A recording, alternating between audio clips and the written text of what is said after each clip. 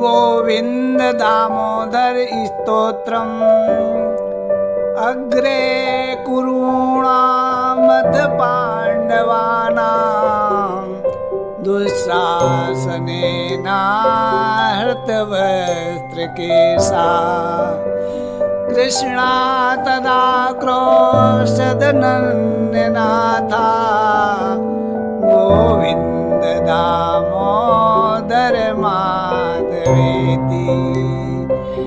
श्री कृष्ण विष्णु मधुकैटभारे भक्तानुकंपिन् भगवन् मुरारे त्रायस्व मां केशवलोकनाथ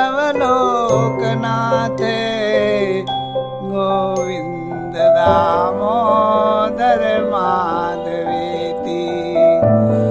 विक्रेतु कामाखिल गोपकन्या मुरारि पादार्पित चित्तवृत्ति तद्ध्याधिकं मोहवसादोचत्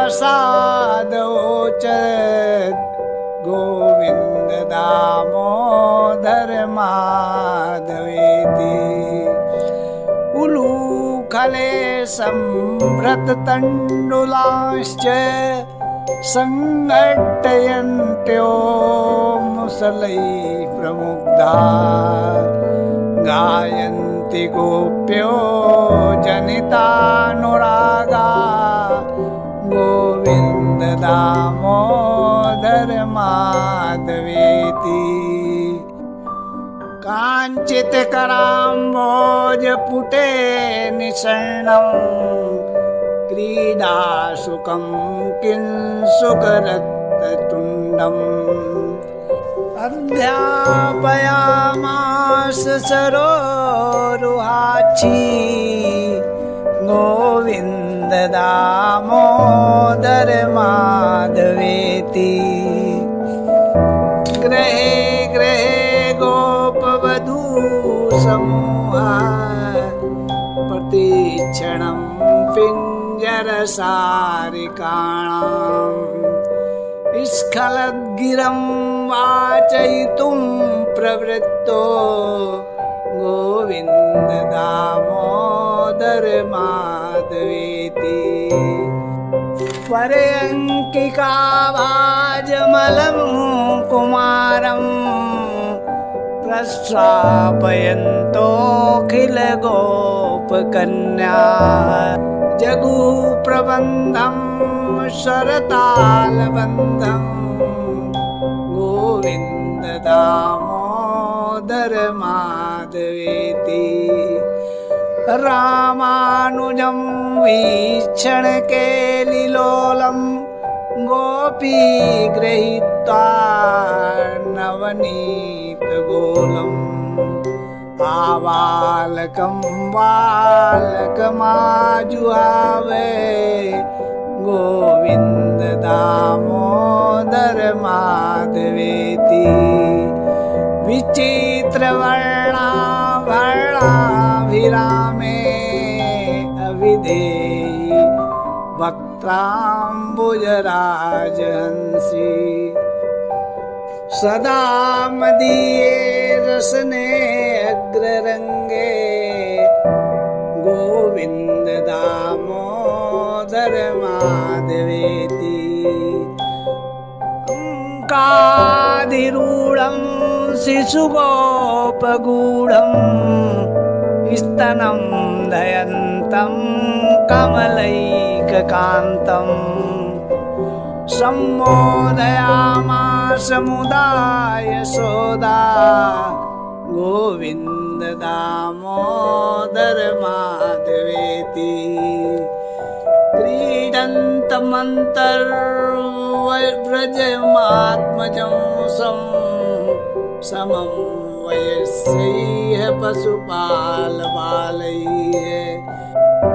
प्रेम्णा यशोदा प्रजुहाव कृष्णं गोविन्द दामोदर माधवेति।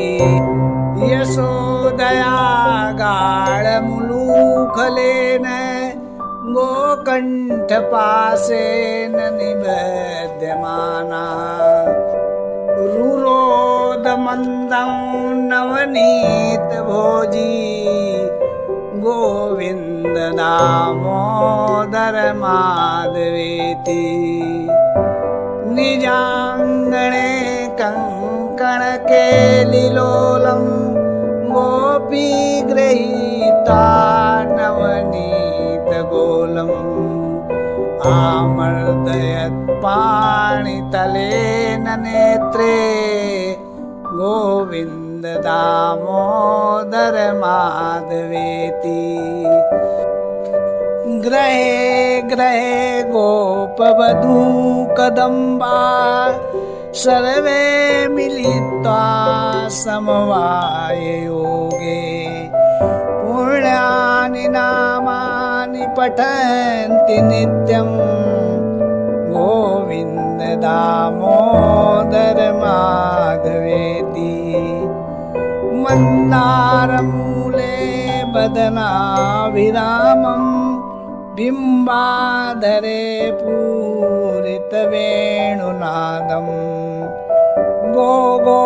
गोपी जनमध्यसंस्थं गोविन्द दामोदर माधवेति उत्थाय गोप्यो अपरात्रभागे स्मृत्वा यशोदासुतबालकेलिं गायन्ति प्रोच्चैर्दधिमन्थयन्त्यो गोविन्द दामोदर माधवेति जग्धोऽथ दत्तो नवनीतपिण्डो गृहे यशोदा विचिकित्सयन्ती उवाच सत्यं वद हे मुरारे गोविन्द दामोदर माधवेति अभ्यर्च्य गेयं युवती प्रवृद्ध प्रेम प्रवादधि निर्ममन्त गायन्ति गोप्यो अथ सखी समेता गोविन्द दामोदर माधवेति क्वचित् प्रभाते दधिपूर्णपात्रे निक्षिप्य मन्थं युवती मुकुन्दम् आलोक्य गानं विविधं करोति गोविन्द दामोदर माधवेति क्रीडापरं भोजनमञ्जनार्थं हितैषिणी स्त्रीतनुजं यशोदा आजुहवत प्रेम परिप्लुताक्षी गोविन्द दामोदर माधवेति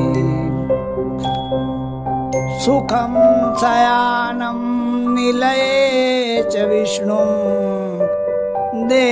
देवर्षिमुख्या मुनया प्रपन्नाः तेनाच्युते तन्मयतां व्रजन्ति गोविन्द दामोदर माधवेति विहाय निद्रामरुणोदये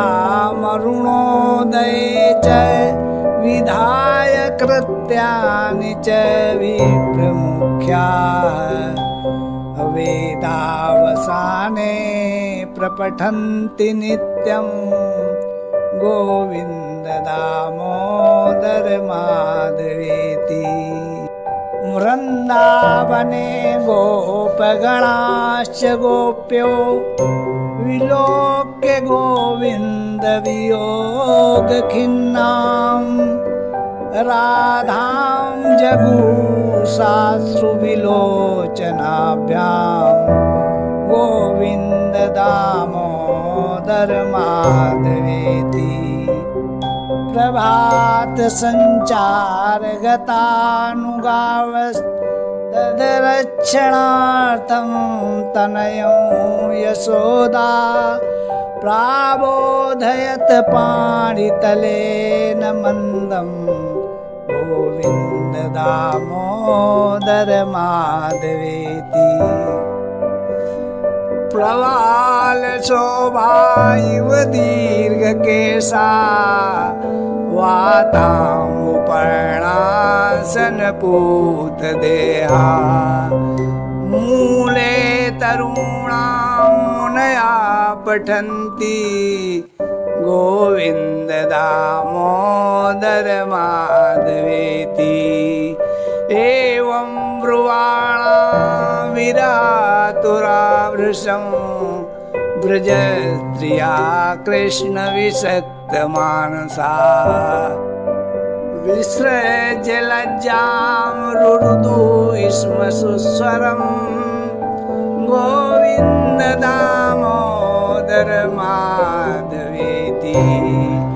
गोपी कदाचिन्मणिपिञ्जरस्थं सुखं वचो वाचयितुं प्रवृत्ता आनन्दकन्द व्रज चन्द्र कृष्ण गोविन्द दामोदर माधवेति। गोवत्सबालैः शिशुकाकपच्छं वदनन्तमम्भोजदलायताक्षम् उवाच माता चिबुकं गृहीत्वा गोविन्द दामोदर माधवेति। प्रभातकाले वरवल्लभौघा गोरक्षणार्थं धृतवेत्रदण्डा आकारयामाशुरनन्तमाद्यं गोविन्द दामोदर माधवेति। जलाशये कालीयमर्दनाय यदा कदम्बात् पतन्मुरारी गोपाङ्गनाश्चुक्रुसुरेत्य गोपा गोविन्द दामोदर माधवेति। अक्रूरमासाद्य यदा मुकुन्दश्चापोत्सवार्थं मथुरां प्रविष्टा तदा स पौरैर्जयतीत्यभासी गोविन्द दामोदर माधवेति। कंसस्य दूतेन यदैव नीतौ वृन्दावनान्ताद् वसुदेवसूनु रुरोध गोपी भवनस्य मध्ये गोविन्द दामोदर माधवेति। सरोवरे कालीयनागबद्धं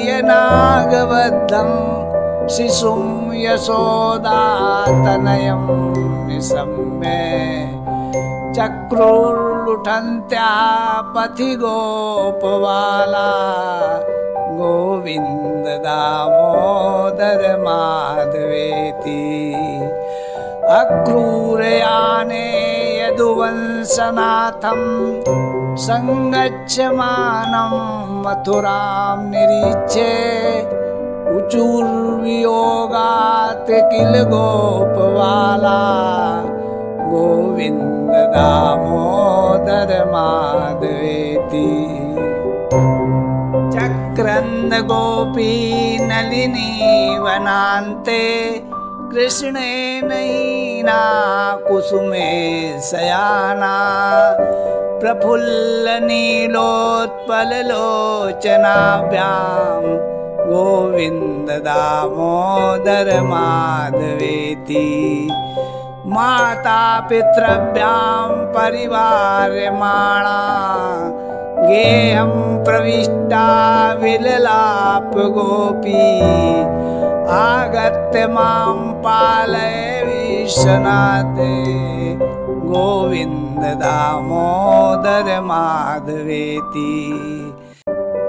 वृन्दावनस्थं हरिमासु बुद्ध्वा गोपी गता कापि वनं निशायाम् तत्राप्य दृष्ट्वाति भयादोचत्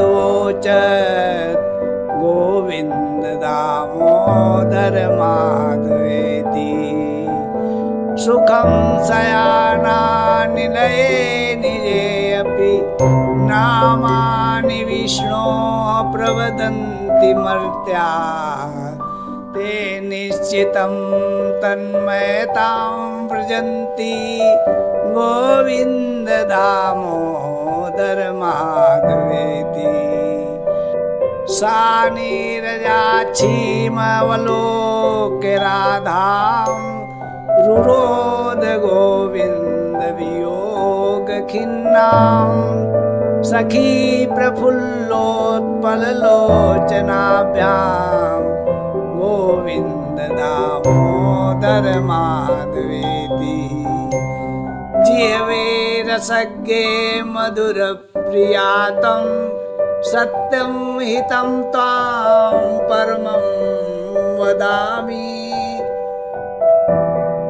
आवर्णयेथा मधुराक्षराणि गोविन्द दामोदर माधवेति।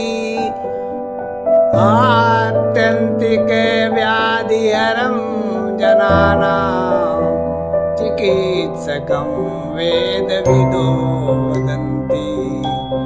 संसारतापत्रयनाशबीजं गोविन्द दामोदर माधवेति। ताताज्ञया गच्छति रामचन्द्रे सलक्ष्मणे अर्णचये ससीते। चक्रन्द रामस्य निजा जनित्री हे राम रघुनन्दन राघवेति। एकाकिनी दण्डककाननान्तात् सा नीयमाना दशकन्धरेण। सीता तदा क्रन्ददनन्यनाथा हे राम रघुनन्दन राघवेति। रामाद्युक्ता जनकात्मजा सा विचिन्तयन्ती हृदि रामरूपम्। रुरोध सीता रघुनाथ पाहि हे राम रघुनन्दन राघवेति। प्रसीद विष्णो रघुवंशनाथ सुरासुराणां सुख दुःख हेतो। रुरोध सीता तु समुद्र मध्ये हे राम रघुनन्दन राघवेति। अन्तर्जले ग्राहगृहीत पादो विश्रेष्ट विक्लिष्ट समस्त बंधु। तदा गजेन्द्रो नितरां जगादे गोविन्द दामोदर माधवेति।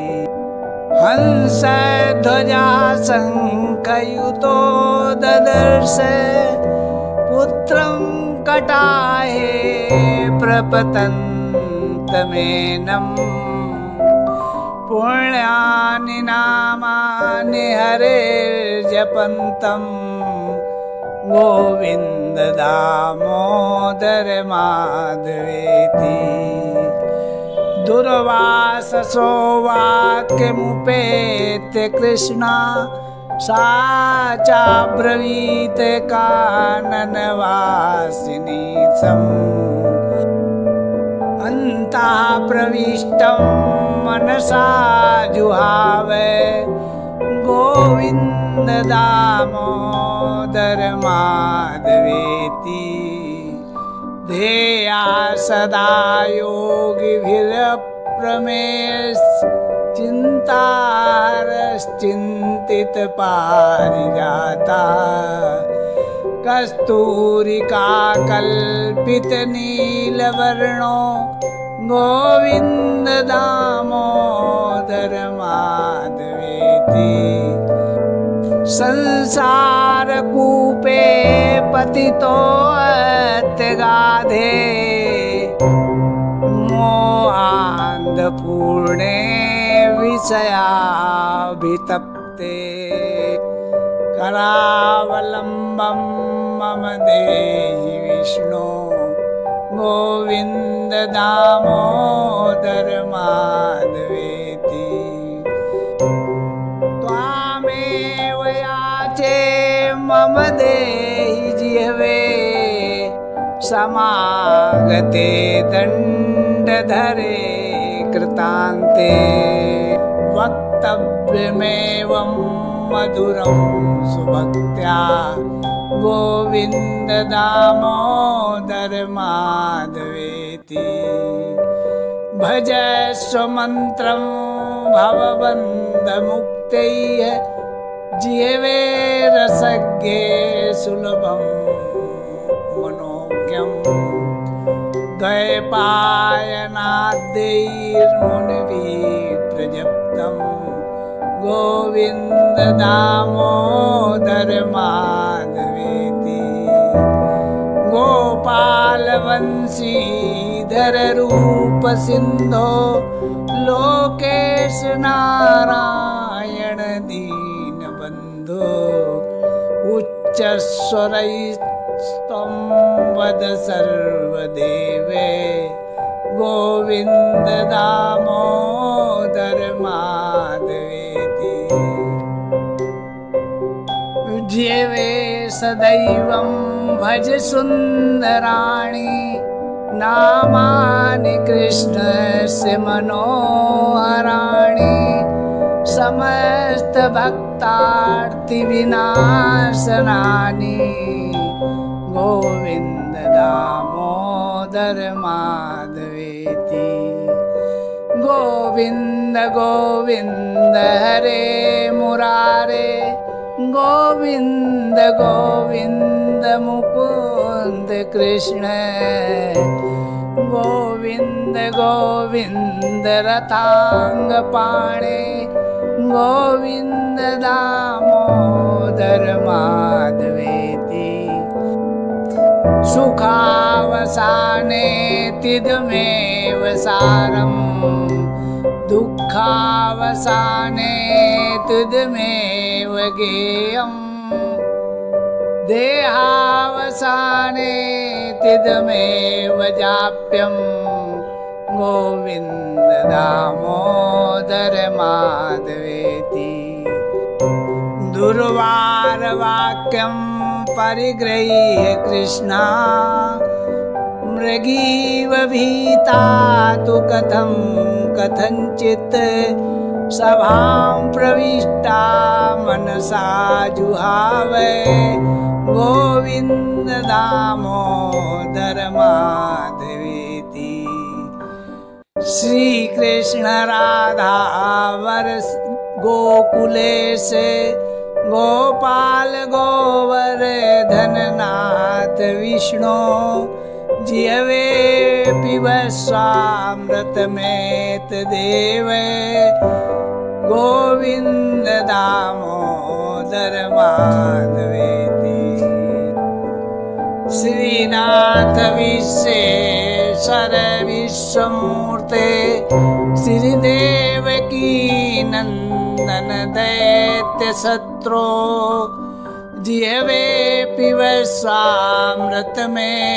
देवे गोविंद दामोदर माधवेति गोपीपते कंसरिपो मुकुंद लक्ष्मीपते केशव वासुदेव जिह्वे पिबस्वामृतमेतदेवे गोविन्द दामोदर माधवेति गोपी जनालाद करे ब्रजेश गोचारणारण्य कृत प्रवेश जिहवे पिबस्वामृतमेतदेवे गोविन्द दामोदर माधवेति प्राणेश विश्वंवर कैटभारे वैकुंठ नारायण चक्रपाणे जिहवे पिबस्वामृतमेतदेवे गोविन्द दामोदर माधवेति हरे मुरारे मधुसूदनाद्य श्री राम सीतावर रावणारे जिहवे पिबस्वामृतमेतदेवे गोविन्द दामोदर माधवेति श्री यादवेन्द्राद्रिधराम्बुजाक्ष गोप गोपी सुखदान दच्छ जिहवे पिबस्वामृतमेतदेवे गोविन्द दामोदर माधवेति धरा भरोत्तारण गोपवेश विहार लीला कृतबंधु शेष जिहवे पिबस्वामृतमेतदेवे गोविन्द दामोदर माधवेति बकी बकाघासुरधेनुकारे केशी तृणावर्त विघात दच्छ जिहवे पिबस्वामृतमेतदेवे गोविन्द दामोदर माधवेति श्री जानकी जीवन रामचंद्र निशाचरारे भरताग्रजेश जिहवे पिबस्वामृतमेतदेवे गोविन्द दामोदर माधवेति नारायणानंत हरे नृसिंह प्रह्लाद बाधा हरे कृपालो जिहवे पिबस्वामृतमेतदेवे गोविन्द दामोदर माधवेति लीला मनुष्याकृति राम रूपे प्रतापदासी कृत सर्वभूपे जिहवे पिबस्वामृतमेतदेवे गोविन्द दामोदर माधवेति श्री कृष्ण गोविन्द हरे मुरारे हे नाथ नारायण वासुदेव जिहवे पिबस्वामृतमेतदेवे गोविन्द दामोदर माधवेति